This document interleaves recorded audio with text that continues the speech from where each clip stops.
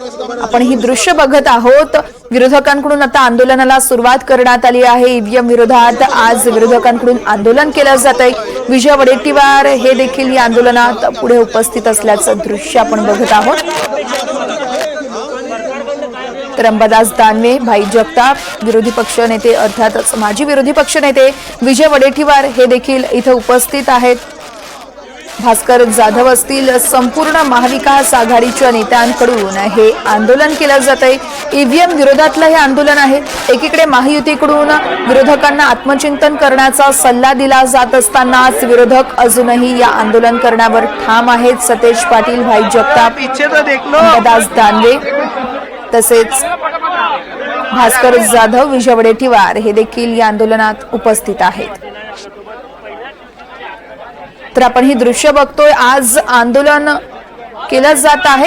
हिवाळी अधिवेशनाचा आजचा पहिला दिवस आहे आणि या अधिवेशनाच्या अगोदरच आंदोलन केलं जात आहे। या संदर्भात अक्षय कुडकेलवार आमचे प्रतिनिधी आपल्याला सविस्तर माहिती देतील। अक्षय, आपण जर बघितलं तर ईव्हीएमच्या विरोधात या ठिकाणी आंदोलन विरोधकांच्या माध्यमातून केलं जात असल्याचं आपल्याला बघायला मिळतंय।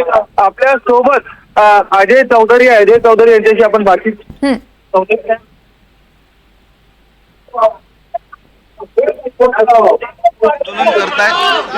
यासोबतच ईव्हीएम वरती मुख्यमंत्री आणि उपमुख्यमंत्र्यांचे फोटो वापरले नाही। ह्या ईव्हीएमच्या घोटाळ्याशिवाय शिकू शकत नव्हते असं आमचं ठाम मत आहे।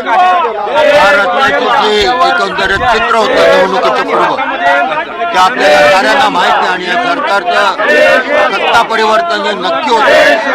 म्हणून ईव्हीएमच्या घोटाळ्यातून सरकार ही निवडणुका जिंकलेली आहे त्याच्या विरोधामध्ये आम्ही हे आंदोलन। पण सरकारच्या माध्यमातून सांगितलं जातंय की सातत्यानं ज्यावेळी महाविकास आघाडीचे चांगले उमेदवार निवडून येतात त्यावेळी तुम्ही यावर प्रश्न उपस्थित करत नाही, मात्र उमेदवार कमी निवडून आले की प्रश्न उपस्थित केले जातात। आपण महाराष्ट्रात पाहिलं हे 5वे बहुमत घेऊन जिंकले, परंतु आनंद आहे का वाईट आहे का त्यांच्या कार्यकर्त्यांमध्ये? त्यामुळे ईव्हीएम घोटाळ्यामुळे ते जिंकले। लोकशाही वाचवा। ईव्हीएमच्या संदर्भात जनमानसामध्ये शंकेचा सूर आहे। मी केलेलं मत त्याच उमेदवाराला जाते का नाही शंका येते। तर मला वाटतं निवडणूक आयोगानं एक ईव्हीएम व्हीव्हीपॅट मशीन्स हे प्रत्येक पक्षाला देऊन त्याचं फॉरेन्सिक ऑडिट करायची मुभा दिली पाहिजे। हे एवढं लपवून ठेवण्याचं कारण काय? लोकशाही जर या देशामध्ये असेल तर निवडणूक आयोगानं ओपनली या सगळ्या गोष्टी कराव्यात अशा अपेक्षा।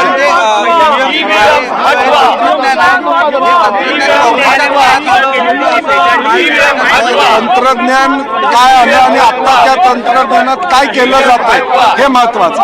मग एवढा जर विश्वास असेल तर त्या लोकांच्या समोर बाहेर द्यावं मशीन एखादं फॉरेन्सिक ऑडिट त्याचं करावं।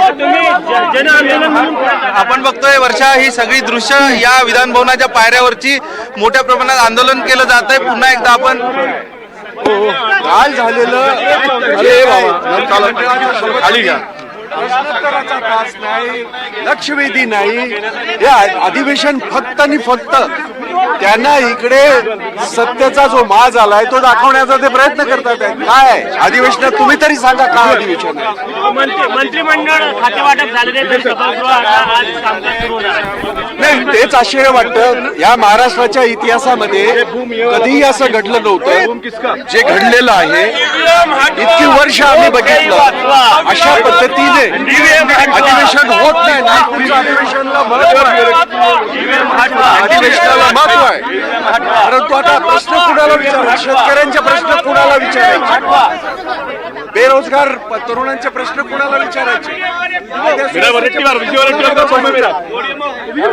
विजय काय सांगणार?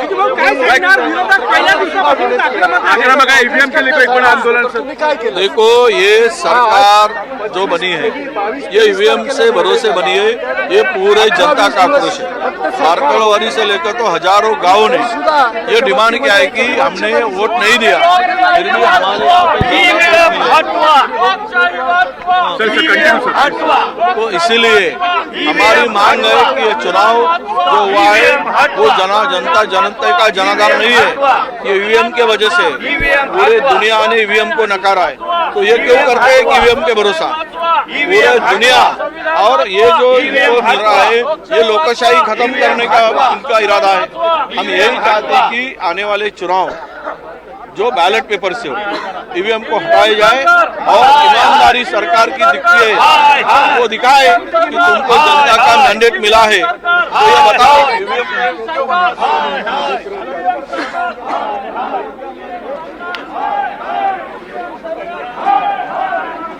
तर आपण ही दृश्य बघत आहोत। ईव्हीएम मशीन विरोधात विरोधकांचं हे आंदोलन आहे। ईव्हीएम सरकार असं म्हणत या ईव्हीएम मशीनवरती